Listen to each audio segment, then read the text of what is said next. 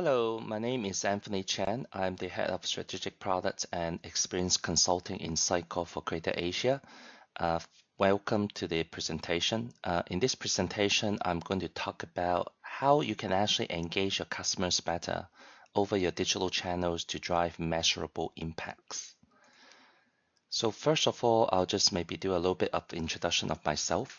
My name is Anthony Chan. I've been working in the IT industry for more than 20 years. I live in UK. I live in US, Hong Kong, Australia, Japan, and now I'm in Singapore. I'm basically looking after a set of product portfolio in Cycle we call strategic product. And I also look after the experience consulting services called the SBOS in Cycle for Asia Pacific, including Japan. Previously, I have been working with Microsoft for about 7-8 years. My last role in Microsoft is actually the Marketing Enablement Director for the Microsoft Consulting Services across Asia. In that job, I'm actually enabling the team around Asia to make sure like when Microsoft Consulting Services have certain offering, we can actually market it successfully in the individual markets. I have also worked as a sales and partners and also delivery leads across a number of years within Microsoft in a group called Digital Marketing Group, and also looking after the enterprise search portfolio acquired from Fast Search. And before that, I've spent many years in the consulting business with Accenture, or back in the early days, it was Anderson Consulting. So I do have a lot of experience around the marketing. I do have a lot of opportunities to work with different executives in enterprises and mid-market customers to talk about the digital transformations. So hopefully what I can share with you can be useful for you thinking about what you want to do in your digital transformation as well. So first of all, who is Sitecore? So Sitecore is a Danish company. We heavily invest into the Microsoft technologies, and we have been playing very well in the web content management space for many years. In fact, the company was first founded in 2001 in Denmark, Copenhagen. If you look at some of the analysts, what they talk about Sitecore and what they talk about the web content management space, you can actually see Sitecore is being evaluated to our competitor Adobe at the top right-hand side of the Magic Quadrant. And we have been in the Magic Quadrant for 6 years in a row. So we are very well established in this space. And beyond the WCM, we have expanded for many years into the digital marketing and also recently in the commerce space as well. So Sitecore has 900 plus people around the world. We have more than 4,600 customers. In Asia, it is a area that we invest a lot. We have more than 100 employees in Asia. So you can actually see a picture here, like this is a team that we have in Kuala Lumpur, Malaysia, which is actually our support center, and we do have the R&D capability in there as well. But across Asia, we have representation from the eastmost in Australia, Japan, China, Hong Kong, Singapore, and also starting to get into India as well. We have invested a lot building a strong developers community. Throughout the years, we have more than 10,000 developers trained up in the platform itself. In Southeast Asia, particularly, these are just some of the customers that we have. So you can see like we have the cultural space where we have Esplanade as our customers. We do have some property developers like Ascenders, Far East is running on Sitecore, Capital Mall as well. We do have some bank across Southeast Asia, some of the government agencies, some tourism organization, the airline. So we actually spread across a very broad industries across Southeast Asia, enabling the digital marketing capability for customers. So today's topic is really to talk about how you can actually engage the customers better over your digital channels to drive measurable impacts. So what I would take a deeper look into this is um, there are three parts. One is what kind of digital channels do you actually need to present to play around, right? And the second part is how can you engage your customers better? And what do we mean by engage? And I think the most important part is as you'll be challenged by your management, how do you really measure your success of your digital channels or your digital presence? So, and in this presentation, I'm going to cover these 3 points. I think first of all is we look at the current world, right? The world has been evolving, and there are many different digital touch points are out there in the modern world. So in the past, you might be just building a website, access on your PC, but as the mobile become more pervasive, a lot of people are actually accessing the mobile. So you can actually make your website mobile responsive, or some people will just create a native apps, right, to actually allow interaction with the customer through the native apps. A lot of people like using search, and in fact, when people talk about digital, people a lot of time think about the search, think about the advertising itself. Um, when you go and try to engage a customer, a lot of people immediately think about like using the email to engage your customers. When there is a link that you send to the customer, sometimes you might want to send them an apps. So when they access the email over the mobile phone, they actually click on the email, they open the link will ask them to install apps, and then they basically will access the information over there. Social is obviously a big thing as well. Most of the market, Facebook is a big thing. But for example, Southeast Asia, Line is a very popular application. And then if you look at China, for example, WeChat, Weibo, and all that, those are the digital channels that you need to think about. What's the strategy you want to do around that? And what exactly the execution you want to actually add on those channels to generate certain impact. So if you think about how you engage the customers, right? This is one of the model a lot of company will look at is particularly you're selling services or selling product. So when you first have a new customers, or when the marketing go out and try to talk about your product and brand, maybe they really want to think about like creating the awareness to the customers, right? So in the old days, you might be doing like radio, TV, you might be using the modern world, like using the social to actually spread around the information around the product. So you generate the interest through the word of mouth. You might be doing like some online display ad, investing into the pay search key terms, things like that. And it's really to drive the awareness. So if you're being asked around like what's really the impact you create, you may just say, hey, I'm running a campaign purely just to say the market really know about that, but not to particularly say how many customers are really interested, because at this point you just want to create the awareness. But when the customers know about the product and seriously want to think about whether your product is a good fit for what they need, they will start into the considering stage where you might want to use the website, the social media, and some other third-party website which is not owned by you to influence the customer, pass on more information, more detailed information for the customer to really to consider your product and services. You might capture the email address from these people. As a result, you want to send them further information. And when it comes into the purchase, there are two ways you can buy things. Like you may buy it offline, right? So you can actually go to the store and the branch. Or you might actually go into e-commerce where a customer will go to a website, order your product, or order some of the services, make a reservation of the services, things like that. That is really going to purchase stage. So obviously in here, like you may have captured some of the customers showing the interest during the consideration stage. and you have a nurturing scheme to actually bring them to become your customers. The journey doesn't stop there.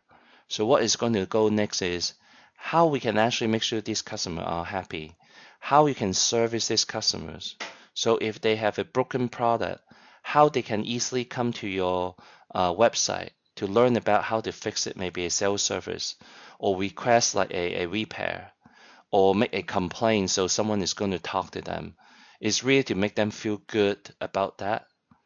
And then why you want to do that is really to make them as a loyal customers, to expand the loyalty with these customers such that they can actually talk good things about you, to influence other customers to come in to become your new customers, or they will be repeating customer, buy more things from you, buy more services from you. But you can see that throughout this particular journey, from the awareness all the way become a customers to actually help to service them and drive a better loyalty, there are many digital touch points that the customer need to go through, and some of them are physical touch point. How you can actually create an experience for them such that they know you're a premium brand, they know that you offer a premium product. So this is one of the things that you need to think about. How to establish that relationship, establish the brand with those customers to drive the impact. The impact in this case may be to drive the conversion for them to buy, to drive the impact that they become a loyal customer so they will come back. So this is just some of the things for you to think about. And I think that's the interest why you would like to continue to hear more about how we can actually help you to achieve that. So the second part is, so I finished talking about like all the different digital channels out there, right? So, but how can you actually engage your customers? So when I actually look at a dictionary, right, what do you mean by engage? So engage can mean many different things, but particularly I would just call it out and say, you want to occupy the attention or effort of a person, right? You want to attract and hold fast of this person of the interest, right? And you want to attract or please this person. So this is very important. So how can you achieve that on the digital channel is there are a lot of information out there in the modern world. There's a lot of digital touch point out there. People are confused. People receive a lot of information. For you to actually have a better engagement is not just for you to broadcast out information that you would like them to listen, because customers just hear a lot of things out there. But it's about how you can actually serve relevant content to the relevant people at the relevant time. So you want to laser focus to give a very specific information, relevant information content to the people who may care about this, who are the relevant people.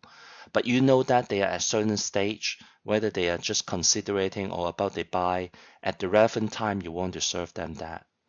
And how you do that is you want to understand the context. You understand that they're doing the researching right now. You know that they have done the researching and they're ready to buy. And then you know that from your perspective, what kind of content are relevant to this particular conversation. So this is a better engagement. It's not like a traditional website where you just push a lot of content out there, disregard like who is this particular person. In the digital marketing world, you'll hear that this term called personas. Do you have particular personas you want to engage? Do you have particular content that you want to serve to those personas? How are these people coming to your website? I will bet that most of the time they just type in the same URL if they go into direct channels or they go to the search. They found the search will refer to your homepage. They come to your homepage. You have many, many different campaigns. But how can you actually serve the relevant campaign to these relevant people? In the modern days, there's a lot of like banners out there, which is like a carousel where they will serve maybe 3 to 5 different kind of campaign. I've seen like Singapore Press Holdings, right, where on the website they also have a carousel, but they run this carousel very, very fast, where they may have 10, 12 different information they want to serve out there. People may not be able to read through it. It may not capture the attention of the customers. So how can you actually engage to give very specific subset of a content, but absolutely relevant to these people? So let's look at like what you want to measure as a success, right? So we know that we want to engage the customer better. So Jetstar, everyone know them, who they are. Very good, like budget airline, very competitive, offer great services, great price to some great destinations. So, and they actually use Sitecore to power their digital presence. So if you actually look at the website over the a period of time, they average out around 12.3 million visit a month, which is relatively okay. Um, and there are some parameters that people look at in terms of how successful they are. So, okay, so you have all these people, but are they actually interacting with you? So they actually have 8.54 page visit. Um, so which is actually very good. If you look at the average across different websites, you might be having 4 or 5 that's already very good. And they have 8.5, so it's excellent. And then if you look at the average time they spend on the website, 6 minutes, they actually spend a lot of time there. If you think about they just come in and do a reservation and they walk away, yeah, maybe I think maybe 3 minutes or so. So it means like they do actually spend time to look at some of the content. So one of the things they do is knowing as simple as where you're coming from, they can actually pinpoint specific campaign to you, knowing that you are coming in from Singapore, so they want to promote the Singapore campaign. If they know that you're coming from Japan, they will actually get all this website into Japanese, but as well as the content need to be very specific to the Japanese market. So, and you can see the bounce rate when people actually come to the site. The bounce rate is actually on the low side, on the 31%. The average again can be like 40 above. So 30 is actually a pretty good rate. So when people come to the site, it doesn't mean like, oh, I came to the wrong place, sorry, I'm leaving. They actually, it's the right place, they come and interact with the website. So, but is it all you care about your success? I think the answer is actually no, and I'll explain why. There are normally three part of the metrics that you will actually like to measure yourself of the success. So first of all, it's about acquiring the customers on your digital channels. So you've seen earlier that people may measure against like using the unique visitors per month, using the bounce rate and see how successful you are, how strong is your brand, are you doing the proper SEM, or you doing the SEO, are you buying paid keywords, are they driving the traffic like through referral site to your website? It's all around the acquisitions. So that's great. People come to your website and they may look at certain information. That's great. But then the next stage is how to engage them. The engagement, typically you will look at the average visit durations. So I talk about maybe they spend around like 6 minutes or so on the website, which is pretty good. They look at maybe 8 pages on average per visit, which is also very good. So that's fine. So your customer, your intended audience are coming in and they spend time with you. They actually go through a lot of content. But I think at the end of the day, if your CFO come in and say, I have invested so much into digital channels across the different life cycle of the different stages, what exactly the business, the money that you're going to get to us? You cannot just say, hey, I'm just throwing out a web page to increase awareness, just like the old school marketing. I'm just wiring the customers. But at the end, you need to show the conversion. You need to show, are you making money? You have to show, are we making particular goal, which is, for example, simply as capturing the email address of the customers. And then you can actually re-engage this customer maybe by sending an email to particular segment. You might want to promote a test drive if you're automobile companies. You want people to register. If you're running a certain campaign, you want actually people to click on those campaign and you can measure the success. I'm running a campaign online. I'm showing like a particular discount, or maybe simply showing for government agencies. I'm showing certain information such that when people read it, it will actually reduce the call coming to my call center. So there are some conversion that you also actually want to measure yourself. And a lot of time to the customers that I talk to, they cover acquisition and engagement, but a lot of time they cannot cover the conversions. And then even if you have a conversion, the next step is how can you actually improve the conversions? And then I'm going to show you a few case studies how some of our customers do that. But this is some of the things that you can measure your success and think about like how these three kind of segments, acquisition, engagement, and conversion apply to your business, apply to your digital channels. So first of all, I'm going to talk about Nissan. Nissan in Australia uses Sitecore to power the website. So they have like a carousel with 6 different campaign running out there. So this is just showing them like a Nissan Pathfinder. So obviously they have more different vehicle, the SUV, the sedan, some of the smaller car. So they uses the DMS features, the digital marketing features, where they actually doing some campaign promotion like the carousel. They're doing like some of the profiling of the customer by looking at what kind of things they look at. They would be able to do personalization. They run some of the campaign. The campaign is to promote some of the search term out there. But when those people using certain search term, they come to the website, how they can actually drive a better conversions. They do some kind of A/B testing, and there's something called the engagement automation, which is around how they can actually engage the customers when customer is doing something as by design. So I'm just going to go through some of those examples. So first of all, Nissan actually buy some search terms out there. Um, so for example, they're promoting themselves to a particular brand of the model of the car. For example, they have this thing called the Nissan Petrol. So and they have Nissan Juke, and this is very specific in the Australian market. So what happened is, as an experience, if people come to your website in general, you have the banners, you have the carousel out there. So you just show them whatever because you don't really know what this person is doing. But when the person is actually come through a particular search engine, knowing that, hey, I'm coming to Nissan Petrol, so there's a two path, right? So one path is if you have a microsite or a particular page where it's all around the petrol, then you probably promote the site over there and then it will just go straight to the microsite.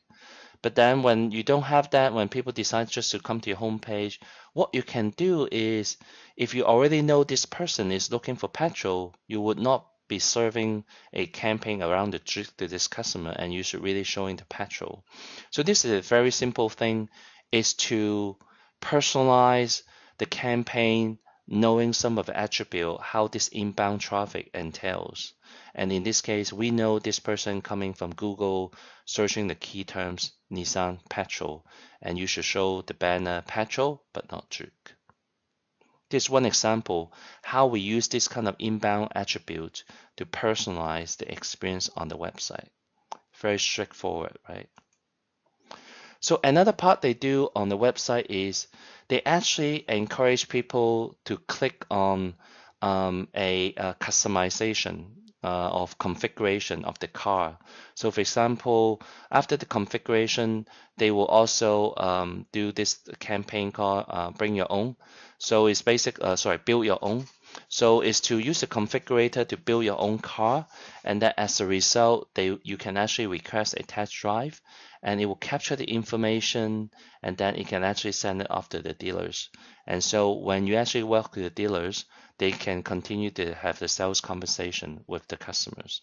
So which is a build your own campaign that they have run using the engagement capability Sitecore has, where it is kind of like a workflow diagram the marketers have set up and say, at the configurator, we actually want to check whether the user have started this BYO, build your own campaign when it's completed. After you finish, and then there are certain actions that we want to flow through, and then we actually have some analytics around that to say this is actually a more successful visit. It's not like a user just come in and generic look at certain different content randomly, but actually you have achieved a particular goal, which is to have the customers to configure the car, and as a result, click on the completion, maybe to request to see a dealer's, and more specifically, they run this thing to drive the test drive. So with those kind of measures, what Nissan Australia have achieved is that they actually see the test drive had gone up like 150%. There are more people contact the Nissan, and it has gone up by 150%. On the app, when people click on that, because when they bring the customer to the website, immediately you show a relevant campaign. So you see the bounce rate actually reduced by 30%. And they have actually achieved 250,000 dream cars that people actually interacted with them over a 6 months period. And the goal abandonment go to half is that the goal is really to drive people to see the dealers. So they basically improve people seeing the dealers by 100% when we say goal abandonment get halved. So which is like quite a significant result by introducing this kind of capabilities. So it's more than just to show I have these visitors coming in. The people like look at the website for how many pages for how many time, but they actually drive improvement into specific goal that can be measured through the sales of the car, because the test drive will drive people to the dealership. The contact us get the additional information, and the acquisition actually improve, having a reduced bounce rate. Quite a significant improvement and good measurable impact. The second example I want to share with you is Auckland Airport in New Zealand.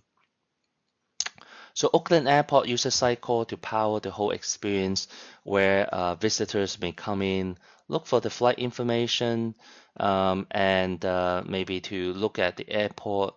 Maybe you want to see whether you want to go to the airport earlier. You want to see what is up there. Particularly, I think for the visitors, there's something new to them, so they may come to the website and take a look of what the facilities are like at the airport. So they use the digital marketing capability as well. So there are some other, some various things that they have used. One thing is called the rule-based personalization. I'm going to go through a little bit in details. They use our campaign, email campaign management. They use the engagement analytics, and they also integrate with a CRM, dynamic CRM at the back, to capture the information of the customers, because you can have a sign up over there and they can actually store all the profile and see what this particular person have done, and you can relay back into the physical experience. When you're at the airport, you can actually use the same ID to track these particular users. But what basically they're doing is doing this rule-based personalization I mentioned. So when you actually come into the first page, like go into the shop and eat, there are a carousel that's showing the different campaign. So we actually use the personalization to actually change some of the experience, and they have like 4 kind of personas that they've created. By knowing like what's the persona of the user, they will actually try to serve like different campaigns on the front page itself. And what kind of like 4 different personas they have set up are, these are the 4 personas they have created. They have created like domestic customers, where when you actually go into the website, have a login, or when you actually go to the website and start looking at some of the domestic information, flight information, they will classify you as a domestic customers. But when you go in and they know that you belong to the business customer side, they will try to give you certain promotion of the campaign, which is like to promote a car grooming offer. If they know that you are an international customers, maybe no lounge booking, no lounge access, they actually give you like some of the pay lounge that they normally are available at the airport, called the Emperor Lounge in this case. They give you a promotion and say if you actually do the booking now, that you can actually get something cheaper. And for all the others, it's a big bucket. They just say, well, you're probably all the other international customer doesn't fall into the number 2 or 3. Then they're just going to give you some coupon and say, well, if you actually download this voucher, bring it to the airport, and then you can have 10% discount. So this is like the 3rd personas and some kind of a campaign they set against the 4 personas. So And they have set up in a way that they will track and say if this user have a book a car park, like it means like they're driving in, most likely they're domestic people, and because their car park is really not a rental car, so you must have a car there. And they will look at like, are you doing an international flight? And if you are, they classify you to be an international flight user, and they'll look at you whether you have booked a lounge. And if no, they will basically say, hey, there is a particular campaign they want to show you. Um, and the cycle has one of the interesting thing is based on these personas, which normally the Google Analytics, for example, won't be able to do because they're not going to set the personas, or you're not going to measure personas with that tool because the tool doesn't know about the personas unless you use all these various maybe tagging capability. But this will actually show you like how many traffic, how many users actually fall into the different bucket itself. And so it's quite powerful to analyze and see out of those traffic how it fall into the 4 different personas and what's the action and campaign, whether they're actually doing some of the things there, which is actually a quite interesting way to start segmenting and understanding what kind of people, how many of those segmentation are coming to your website. So what's the outcome? So by adopting those capability, Oakland Airport actually see a improve of traffic to the retail because they'll be able to show more campaign to give more incentive for the customer to actually use the facility online. They see that people are reading more of the pages because there are some relevant campaigns showing up to them. They see the bounce rate have reduced by 13% because there are more relevant campaigns showing up to them upfront. Because they also like do some tracking, they actually get some additional lead and say people are interested in using a lounge, and they click on that, they generate some additional leads in 3 months time. So again, quite significant impact to the business, more than just acquisition or the time they spend on site, but the conversion that happened, the impact to the business that they can show. The third example I want to talk to you about is a supermarket chain in Australia called Coles. So Coles is the second largest supermarket chain in Australia. It has about 38 billion Australian dollars revenue in 2015. There are more than 2,300 stores across Australia. So what Sycot is being involved with them is around the liquor business. The liquor business year over year has been going up like by 5.3%, and Coles as a company, they have invested in Sycor across more than 30 different digital properties. So it's quite significant. It's a big user of Sycor.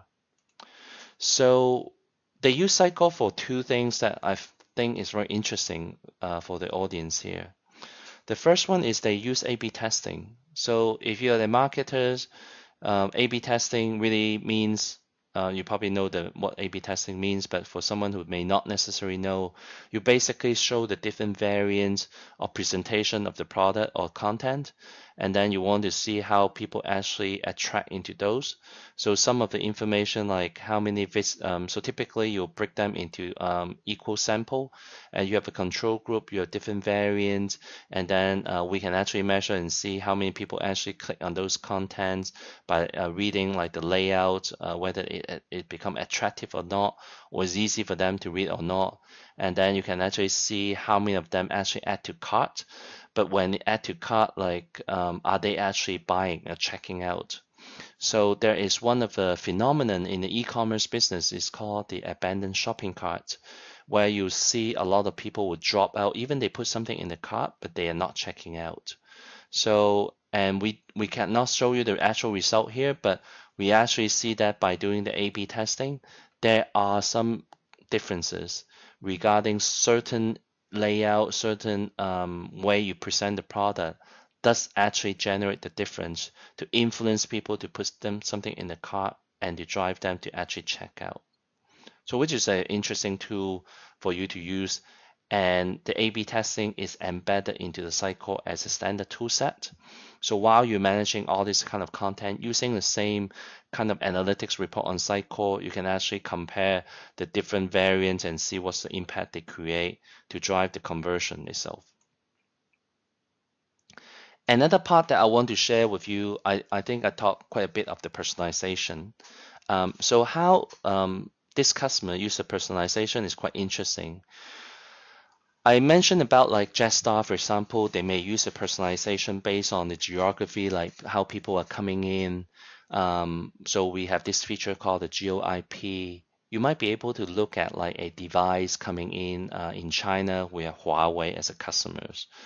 For example, if a customer already on a Huawei mobile phone, when they come back on your website, you know this particular device is P8 and they have the latest model called P9. You can actually say, hey, this is a upsell opportunity. The customer already using my phone, so I just want to highlight some of the features or for some of campaign. But if I know the customer is coming in with a Samsung Galaxy, maybe you want to highlight why you want to switch from a Galaxy to the Huawei P9 phone, which is one of the key feature is they have a very high performing camera incorporated into the phone itself. But the interesting part is for Coast Liquors, in this case, what they do is because they sell liquors, they really want to see what a particular customer are researching right now online with me, and they will look at the category of the alcohol they're looking at, maybe red wine, white wine, sparkling wine, spirits, those kind of thing. And if you look at a particular wine, they might look at the different the grape variety and the price preference. And based on this kind of information, we actually start to build a profile of the user, saying like in this particular session, without caring like what you have bought in the past, I can say because you are keep looking at a particular Chardonnay grape in certain range, that if I can actually construct a campaign called the Chardonnay Lovers pattern, where you're looking at Chardonnay and looking at certain price range, I might want to show you the Chardonnay wine in this price range.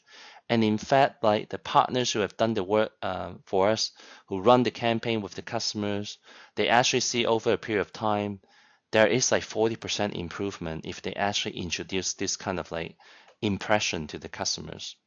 So these are the campaign that you need to set the rule.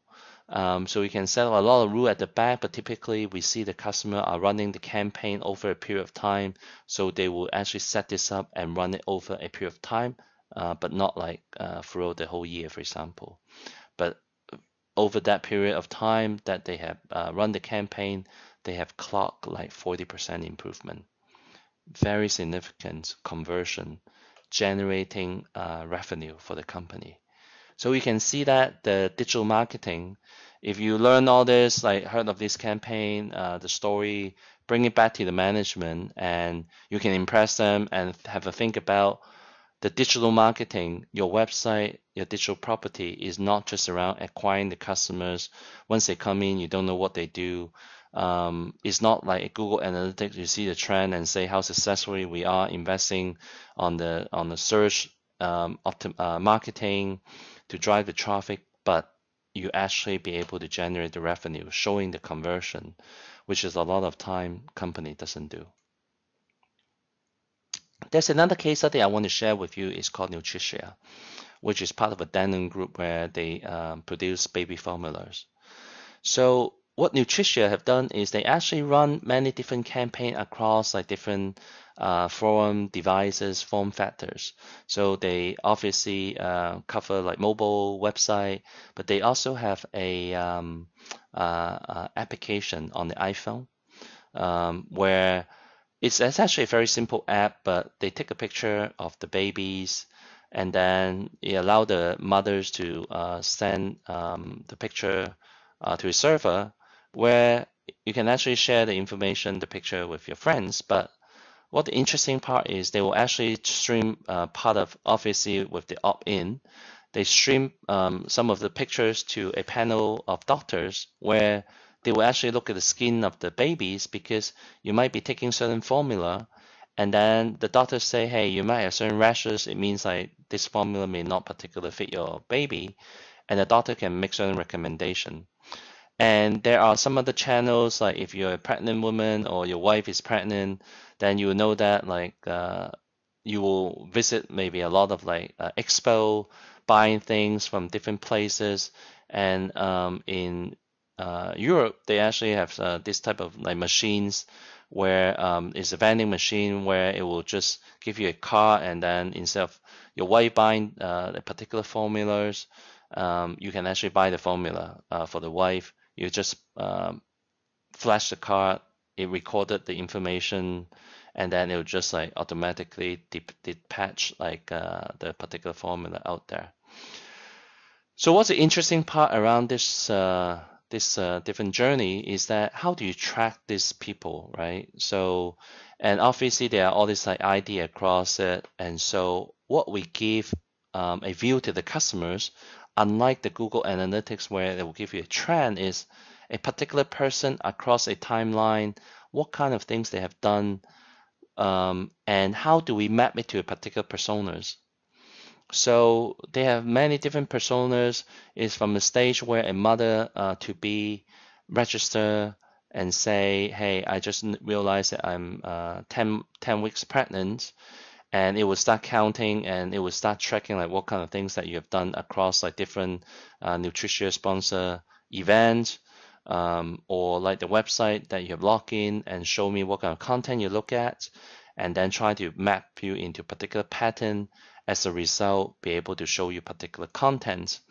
So, and using this insight, it have a particular journey to show you a particular goal. And this is just a simple journey to say, if I want to acquire the members, I want to acquire the particularly 10 weeks pregnant women, to confirm them as a member, to collect the information, drive them to the website, show them some of the content, set the rule to serve a particular product out there, and push the content out.